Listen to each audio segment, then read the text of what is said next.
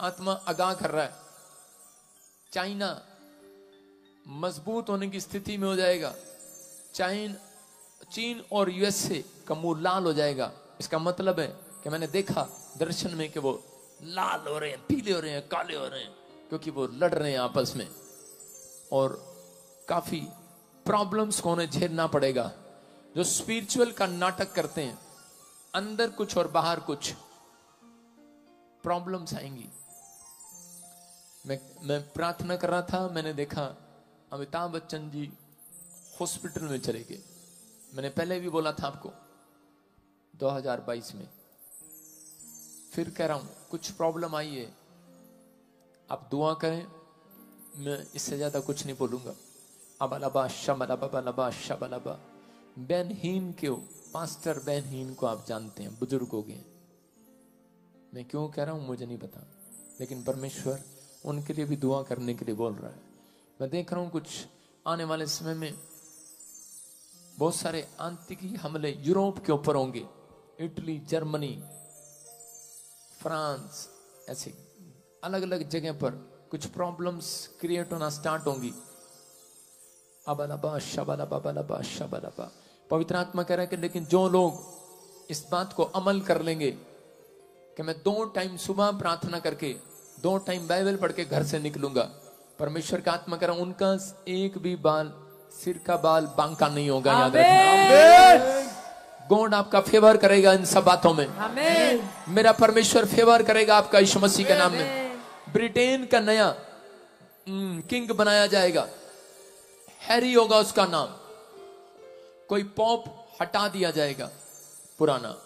मैं फिर कह रहा हूं कि पवित्र आत्मा बात कर रहा है जिनके नाम ANRSGHPKL से, R से, ND से, D से, आपके ऊपर कोई भी पुराना कोर्ट केस होगा, आप जीत जाएंगे यीशु मसीह के नाम। आपका फेवर करेगा परमेश्वर। 2024 आपके लिए आशीष भरा उनके लिए मैं कह रहा हूं जो जिन्होंने बुराई करना छोड़ दिया, चुगली करना छोड़ दिया। परमेश्वर का आत्मा कह रहा है ये साल आपके लिए तैयारी का साल होगा। कुछ चीजें आपको दिखाएगा। कई जगह ठंड पड़ती होगी, वहां गर्म हो जाएगा। पहाड़ियां बर्फ की पिघल जाया करेंगी। आप कहेंगे यहां तो ठंड थी, कुल्लू मनाली हम ठंड मनाने गए थे, वहां गर्मी लग रही है। आपको मौसम के क्लाइमेट चेंज होते नजर आएंगे। जो आप सोच रहे हैं वो नहीं होगा। कई जगह पर आपको सूखे की गुड न्यूज मिलेगी। इसको बोलते हैं गुड न्यूज। जिन लोगों ने पानी को वेस्ट किया है, पानी की कदर नहीं किया, वो लोग देखेंगे पानी की प्रॉब्लम को, किल्लत को। अबलबा शबलबा। पवित्र आत्मा कहता है कि कुछ देश कोशिश करेंगे भारत से ऊपर आने की, लेकिन ऊपर नहीं आएंगे। भारत एक ऐसी खोज कर लेगा जिसका चारों तरफ देशों में नाम हो जाएगा यीशु मसीह के नाम में। केजरीवाल को मैंने कुछ समस्या में देखा, प्रार्थना करें। ममता बनर्जी को कुछ समस्या में देखा, परमेश्वर का आत्मा करे कुछ लोग इकट्ठे होकर दुआ करें अपने सीएम के लिए, अपने देश के लिए, प्रधानमंत्री के लिए। आइए हम सब सिर पे हाथ रखें और प्रार्थना करते हैं सबके लिए। परमेश्वर का आत्मा बात कर रहा है। मैंने कहा कि आप पहचान नहीं पाएंगे, इतने चमत्कार होंगे 2024 में। जवान लोग भविष्यवाणियां करने लगेंगे। 2024 में यूपी बहुत अमीर हो जाएगी। आमीन। 2 साल से बोल रहा हूं, परमेश्वर सुनता आ रहा है। 5 कंट्रियां एक करेंसी बनाएंगी, ये मैं 3 साल से बोलता आ रहा हूं और वो आप सुनते भी आ रहे हैं। लेकिन 2024 खत्म होते ही दिसंबर और मार्च के अंदर आपको सिर्फ 100 और 50 के नोट बचेंगे। समझने वाला समझ ले, बाकी अंदर कर ले। राजपाल यादव जी अंदर कर लेना, बाकी सारे बोले हालेलुया हालेलुया। समझ में आ रहा है? आपके फायदे के लिए परमेश्वर बता रहा है। कुछ करेंसियां। तो सबको जय मसीह की। God bless you all of you. आज परमेश्वर हमसे कुछ कहना चाहता है। आज परमेश्वर हमारे लिए कुछ करना चाहता है। आज हमारा हृदय उसे पुकार रहा है। अगर हम ये चीजों को जानने लग जाएं और परमेश्वर की खोज में निकल जाए तो परमेश्वर हमसे बात भी करता है। हम जानते हैं कि जो लोग परमेश्वर को जानते हैं, प्रेम करते हैं, वो ये चीज़ों को बहुत अच्छे से समझ पाते हैं, परंतु परमेश्वर का अनुभव और परमेश्वर का प्रेम किस तरह से आप देख सकते हो। अपनी ज़िंदगी में तो देख ही पाते हो, परंतु अपनी हर एक पल मौजूदगी को किस तरह से फील कर सकते हो। आज मैं आपको वचन बताने वाला हूँ जो परमेश्वर आपके कान में क्या कहता है और आपके हृदय में क्या कहता है कि आप चाह के भी उसके प्रेम से अलग नहीं होते और ना ही हो सकते हो, क्योंकि जितनों ने उसे ग्रहण किया उन्होंने उद्धार पाया। मेरे भाई बहनों, मेरे बुजुर्गों, मेरे भाई बहनों, मैं आज आप लोगों को एक ऐसा वचन बताने वाला हूँ जिससे परमेश्वर हमारे लिए ऐसा श्रोता, ऐसी आवाज है जो परमेश्वर हमारे हृदय के द्वार पर हमारे लिए वो बात बता सकता है जो बात हम ढूंढ रहे हैं, जिन विषयों के बारे में आज हम मनन कर रहे हैं, प्रार्थनाएं कर रहे हैं। मैं जानता हूं जो लोग चंगाइयां चाहते हैं, जो लोग छुटकारा चाहते हैं, जो परमेश्वर के नाम से दिन रात धन्यवाद स्तुति कर रहे हैं, वो परमेश्वर से प्रेम तो करते ही हैं, परंतु परमेश्वर से अपनी उम्मीद भी जताते हैं, क्योंकि परमेश्वर का वचन हमें यही सिखाता है कि हम परमेश्वर की अधीनता में चलें।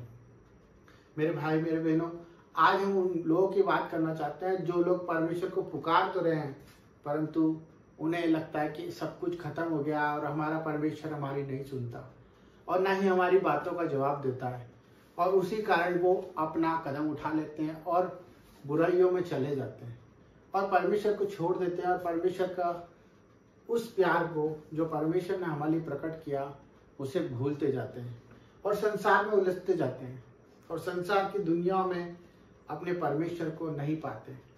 मेरे फ्रेंड्स, मेरे भाई लोगों, ये जो तकलीफ है ये एक आत्मिक तकलीफ है। अगर हम इस पर गौर नहीं करेंगे तो हो सकता है कल हमें भी धुंधला दिखने लग जाए, हमें भी वो चीज नजर नहीं आए जिसके पीछे आज हम बेखौफ और बे इंतहा प्यार के साथ चल रहे हैं।